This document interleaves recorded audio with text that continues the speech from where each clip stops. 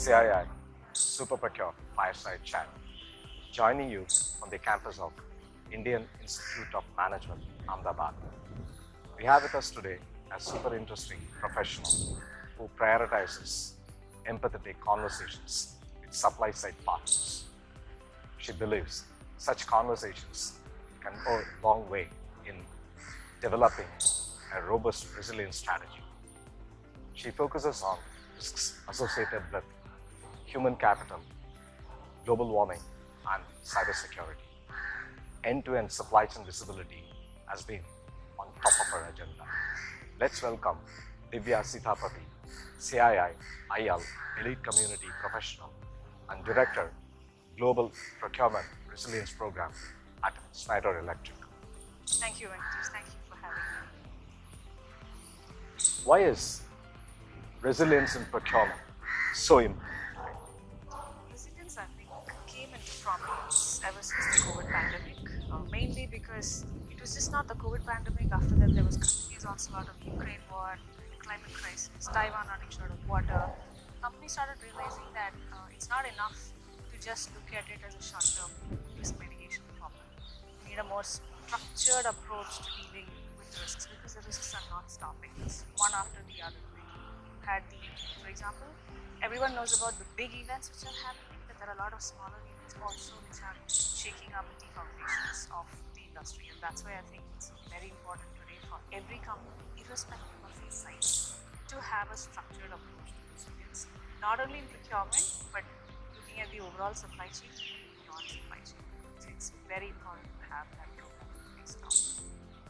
Organizations have been limiting their focus up to few tiers in the supply side when they really come up with any resilience procurement management program. What is said that it makes a lot of difference when they extend this focus to tier N suppliers. What is your take on that? Absolutely, absolutely. Because if you look at what's happening since 2020, it's very easy for a company to determine where is the risk in tier 1 suppliers because you know about them. You know about them very well, their location, their strategic partners. But 80% of the risks are actually originating from your tier X. And in many cases, you don't even know who they are. For example, there was a coup in Myanmar, if you remember. Many companies did not know that there were manufacturing sites of their suppliers in Myanmar because the distribution center is somewhere in some other country. How do you figure this out? They say knowledge is power. And if you need to have knowledge of your supply chain, you need to know the visibility and the depth of your supply chain. That's why today Tier X is coming into prominence. Tier X resilience are very closely interrelated. Not only that, I think even cybersecurity risks, for example. Many companies are under ransomware attack. Their IT systems are crippled. They cannot even send out an invoice to dispatch the goods to you. If that happens to somebody in your Tier 2 or Tier 3, you need to be aware of it. And that's why it's very, very important today to build visibility. With visibility comes the knowledge. And then you can build your analytics on top of it and use all the fancy technologies that you hear of today, but you need to that's foundational. Globally, when you look at the risks, can be broadly classified into three categories. Known knowns, knowing that.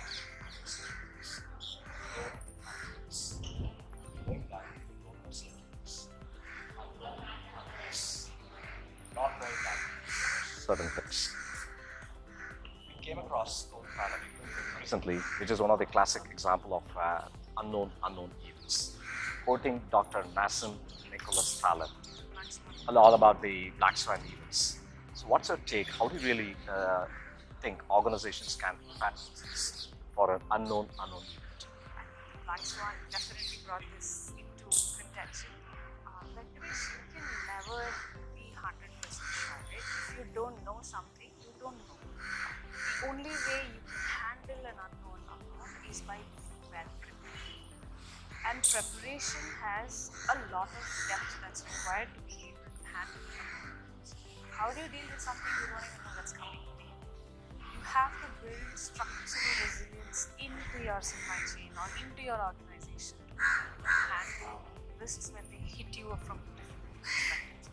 And when I say you're prepared, it's a very broad term. It means you need to be agile. Agility is also a very commonly overused term. What do you mean by how can we be prepared?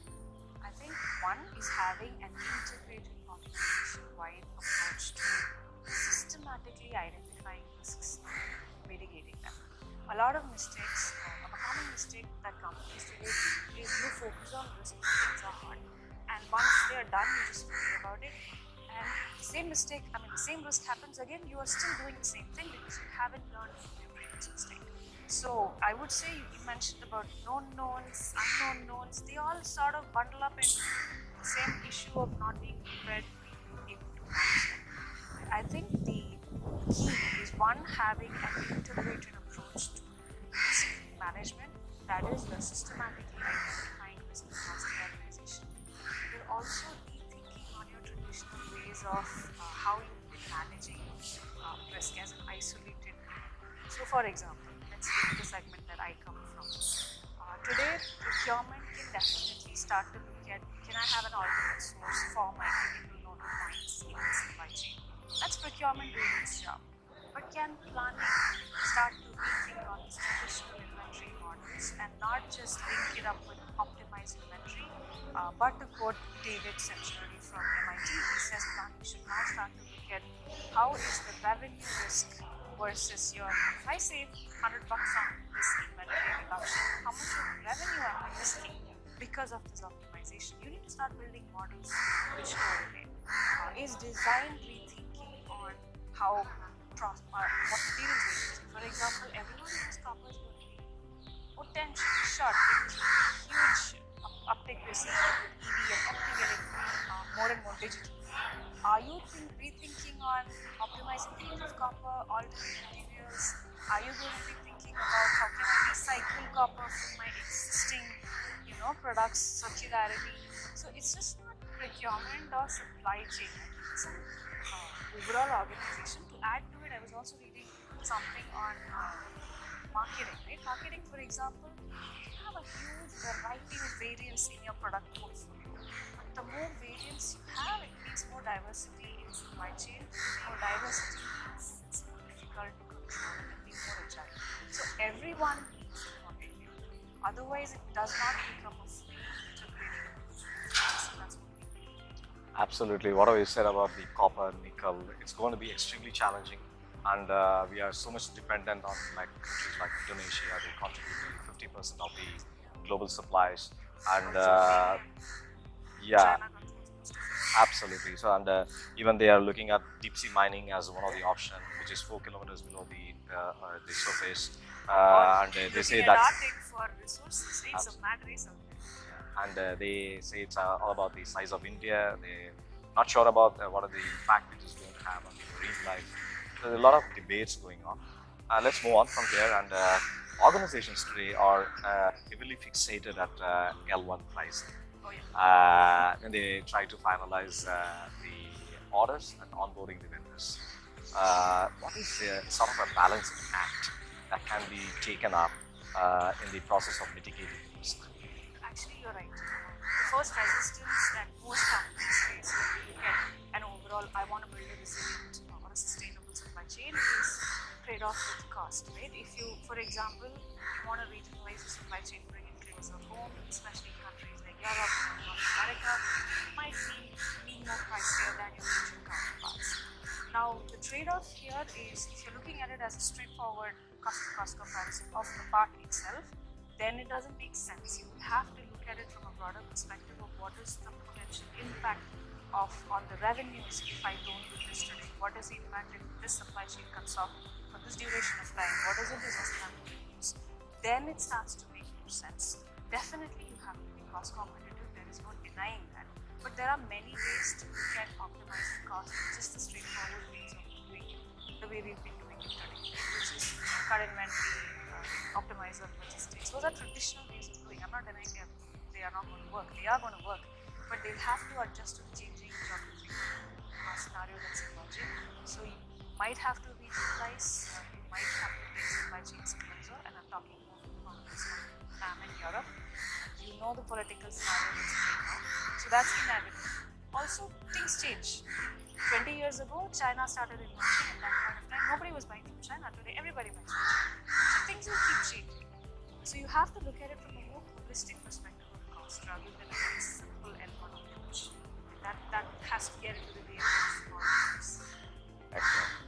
So we have been talking about offshoring to onshoring, and now we talk about a lot about friendshoring. So how do we really position ourselves in this changing dynamics of the market as it happens? How do we really see that resilience strategy or management has to be accommodated to take care of these changes? I think it's inevitable as a company. We don't influence government policies across nations, right? It's already happening. India is uniquely positioned from that perspective that we are friendly with most countries, not taking a side or being politically neutral. But having said that, you have to adjust to the fact that manufacturing locations will have to shift.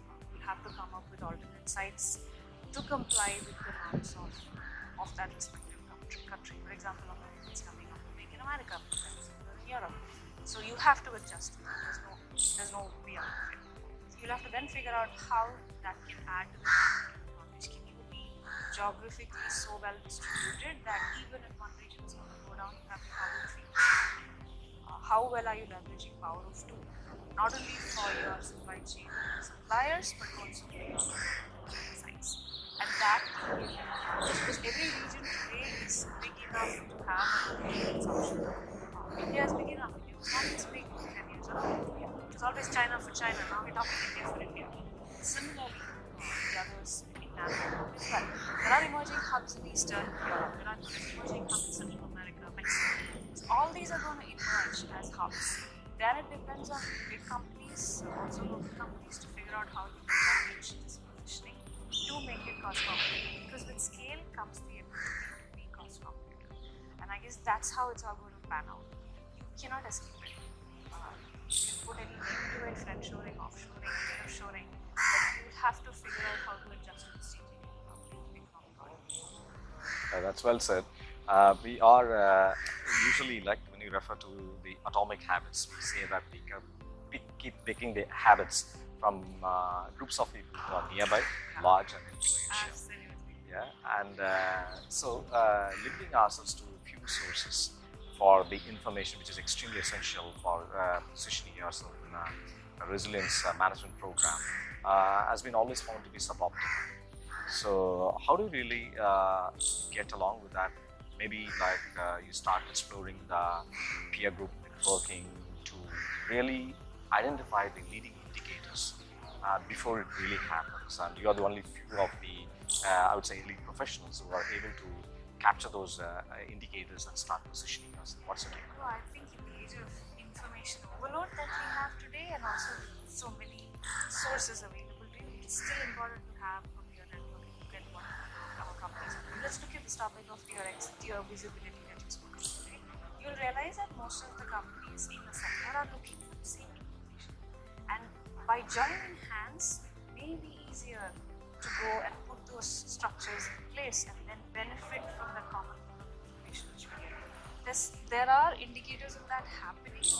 For example, I know that one of the leading electronics companies is taking initiative to bring partner companies together and say, put in place a network to see how can we explore our DX together and have that information shared across. So that's starting to happen.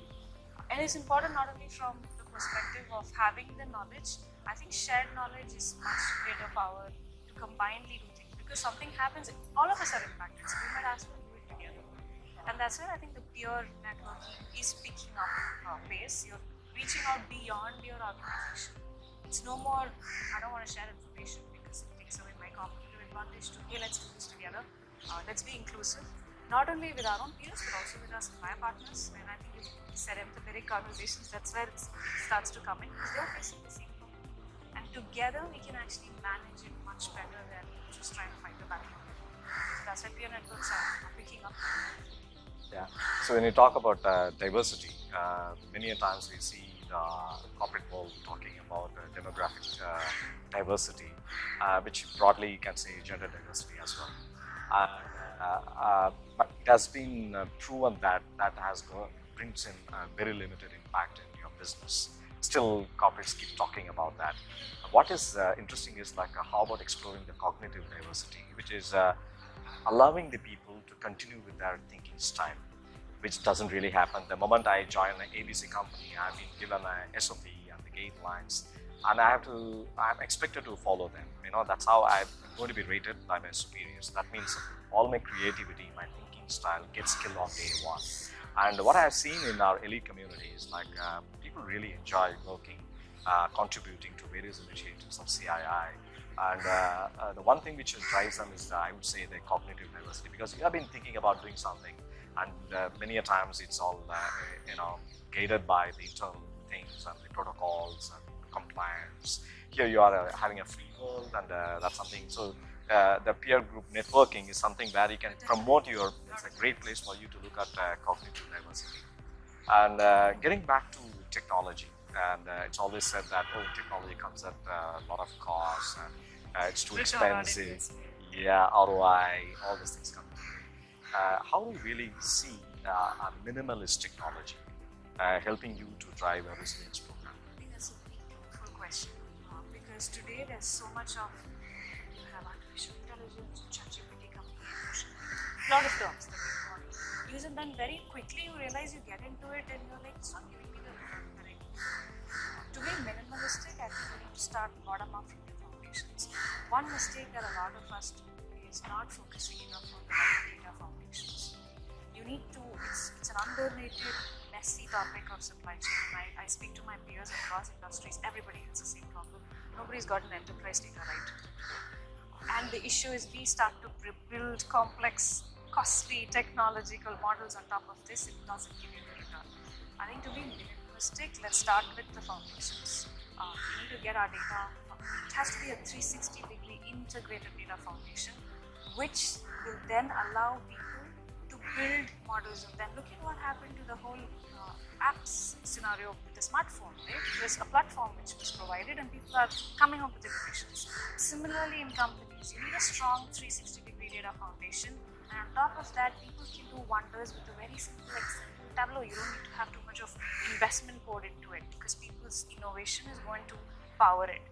To be minimalistic, get your basics right, especially on data, because data is the next oil, and I don't think we are paying enough attention, because it's not fancy, it's not going to give you an immediate return on investment. It's a long-term return, right? It's like you invest today, you're going to reap the benefit of using the most advanced AI algorithms on good data. Otherwise, you're just going to get hallucinated results which mean nothing. So get your foundations right, start minimal, and allow the innovation of people to build on. That should be the approach. When you talk about the resilience management program, I'm sure like any other initiative, you'll have stumbling blocks. Yeah. So what are the top things that keeps coming to your mind when you talk about this? Number one is continuous management, attention and focus, because resilience is not, how do I put it, it's a long-term program, right? And so to have consistent focus of the management on it sometimes becomes a challenge, because they're like, everything's going fine, why do we need to get into it? That is number one, to have that focus already, because these are people working on long-term problems, and they get it right, you're going to be fine when that problem actually hits. Second problem that we face is to have resilience, you need to know, identify the points in your supply chain. You cannot boil the ocean. You need to know where to focus. And to know where to focus, you need strong data foundations. So often when you start with a resilience program, it looks like an endless mire of problems which seem you can't solve them. And people tend to lose steam and patience out very quickly. But that's where you need to really build your foundation. Stay focused. Keep the management attention. Make sure people are working on the basics and put your best minds on it. Don't give it as a project to people. You don't know what to do with those people, so you give them. Don't do that. Put your best minds on it. And I think that's what we highlighted yesterday at the event as well, where it's interesting that I am and CII together put the focus on a topic like resilience, because you need the best minds in the company to work on it. Right? And those are the topics that come to mind. Excellent, well said. What are the typical benefits an organization can expect out of the resilience program? A long-term benefit, you started with the unknown unknowns. A strong resilience program is going to ensure that you are prepared, and a resilient supply chain is going to be the competitive advantage for do you stay resilient even if there's a drought which is sort of leading to the fact that your company doesn't have enough water to process? For example, I don't know if you've heard about the drought in Taiwan. It cut out the water supply in many of their factories, right? How do you stay resilient? How do you stay resilient in a situation like COVID? All our suppliers shut down on Monday. We never even imagined that would happen. But now if you start to look back at it and look at how we worked on the mitigation, we can take those learnings, structure it, continuously screen and put it back into the system. So you will only realize its benefit when the next big wave hits you, but you will realize it. It's very difficult to quantify it as a return on investment, saying this is what you put in, this is the money you got back, but you're going to see it when it actually hits you. Good said. Thank you very much, Divya, for taking your time off and supporting CII's initiative. It's time to thank our sponsors, Manisha Sharaf and Anup Agarwal, co-founders of SuperProcure, for supporting CII's supply chain knowledge initiative. Thank you so much, Venkatesh, and thank you CII for putting this very foundational topic of resilience on the table.